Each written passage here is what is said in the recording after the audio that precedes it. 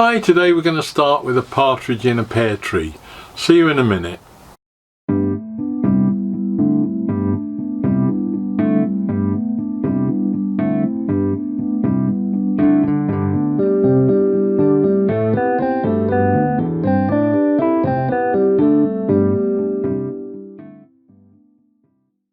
Hi, I hope you all had a great day yesterday and I hope you didn't overindulge. So let's start with this journey. I certainly didn't want to make a model of a partridge in a pear tree. I could have turned something in pear wood or even turned a wooden pear, but it's all a bit predictable, and again I'd have ended up with something I probably didn't really want. So I started on the journey with Google and Wikipedia, and let's see what develops. Now, scrolling down the definitions in Wikipedia, I find cultural references to the Greek goddess Athena. There seems to be a lot of mythical Greek mythology in amongst the things I've been finding.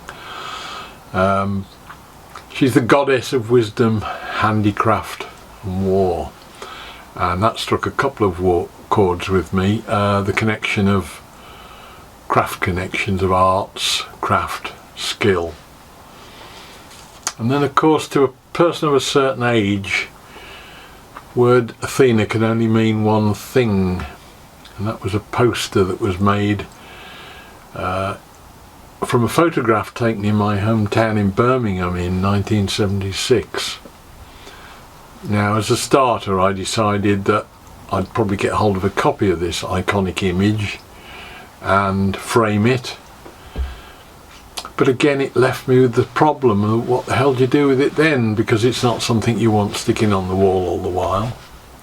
I'd made a frame 18 months ago for my grandfather's war medals, so I've done that before, so I didn't quite know where to go with that, and it became a bit of a dead end. And then, searching a bit further, I found a cookie cutter in America, and I thought, yeah, baking. Grandfather used to bake a lot, daughter bakes a lot, wife bakes a lot, mother used to bake a lot. Could make some biscuits. So I emailed off to the firm in America and asked if they would ship to the UK. That was in, I think it was May or June. I've still not had a response, so I don't think they do. So that gave me the opportunity to make a cookie cutter.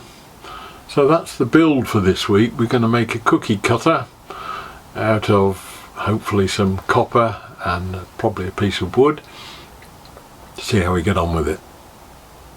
Now, I've had a delivery some copper. I think they're using copper mainly because it's food safe. I don't know how well that will bend. Probably a little bit too thick actually, but it's nice and malleable. So I'm just hoping I can get enough out of that to get enough shape to be able to make the pear and the bird. I might not have, in which case I'll have to send off for some more, or have a raid of the scrap bin.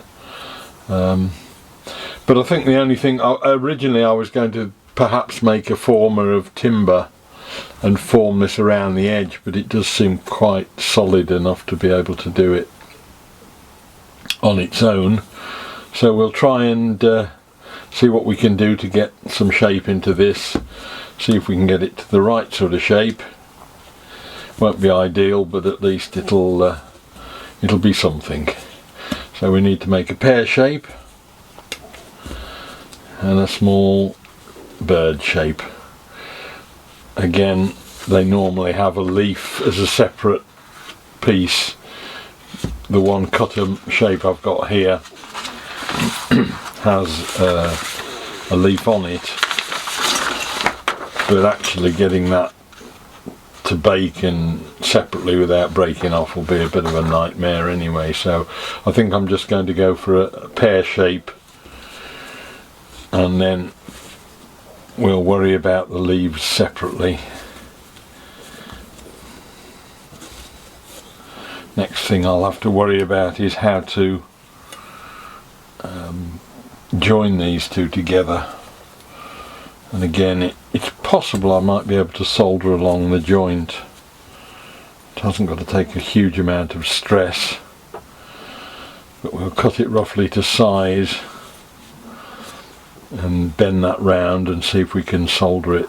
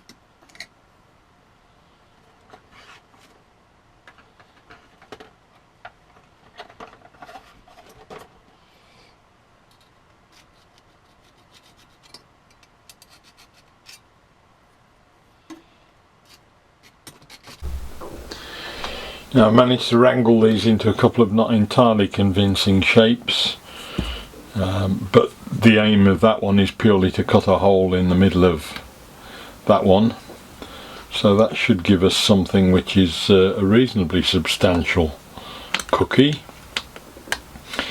What I need to do now is somehow glue or fix these together. I shall try soldering. I've got some lead-free solder. I'm not sure how well that will stand up to wear, because it really should be silver soldered, but I've only got normal soldering facilities.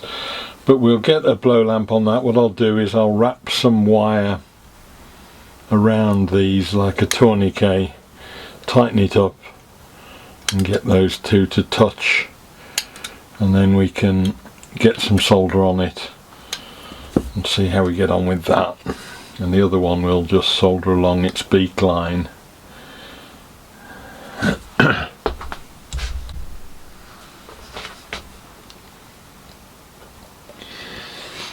I've cleaned up the joints.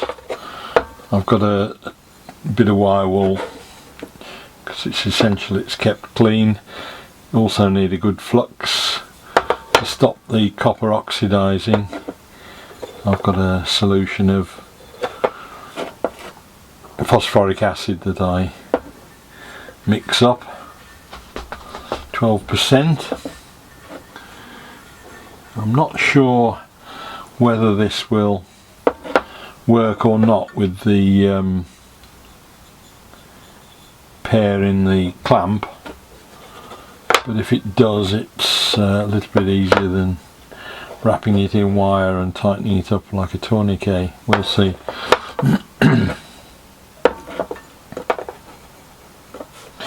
We'll give it a good dab of flux all over. Just have to hope that won't spring open when the heat gets on it. There we go. I'm using the little dental brushes to put it on with because they're nylon. Normal brushes tend to just disintegrate with the acid, but I found that the nylon is ideal. So crank up the blow. Oh, I need some solder as well. Let's get some solder. Right,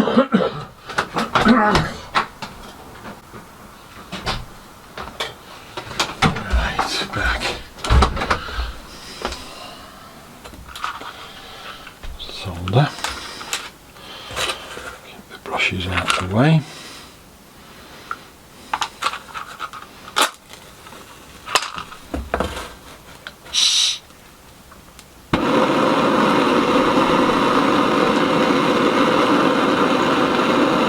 just too big to use a soldering iron because of the amount of heat that it would sink away in the copper.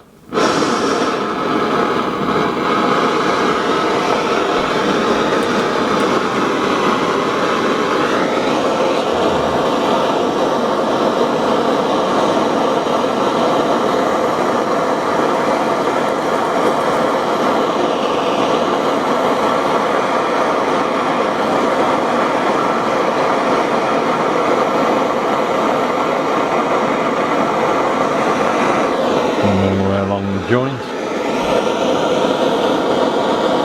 Keep the heat low down because heat rises. And you'll see it run down the joint. That's it, it's gone. Should be through on both sides. Yes, you can see it on the other side. Just need to let that cool down, cool it, or let it cool naturally rather than try and cool it with water or anything. Clean it up and we'll see how they perform in the real world. So what have I learned from that one? Quite a bit really. I spent a lot of time looking into Greek mythology, although I did classics in the first couple of years at school. I never really took a lot of it in, but there are some pretty good stories in amongst that. I learned about Athena, Greek mythology that surrounded her. I did already know of the Athena poster, but I never knew that it had been shot in the tennis courts at Birmingham University, probably again 8 miles from where I was living at the time. It was also interesting to find that the girl in that photograph, Fiona Butler, she's now Fiona Walker. She's a barrister in Gloucester and she lives in Worcestershire near me. I've also made the cookie cutter, so we've done a bit of shaping of copper. So again, first for me, something learnt, something enjoyed. Hope you enjoyed the video. Look forward to seeing you tomorrow. See you then. Bye.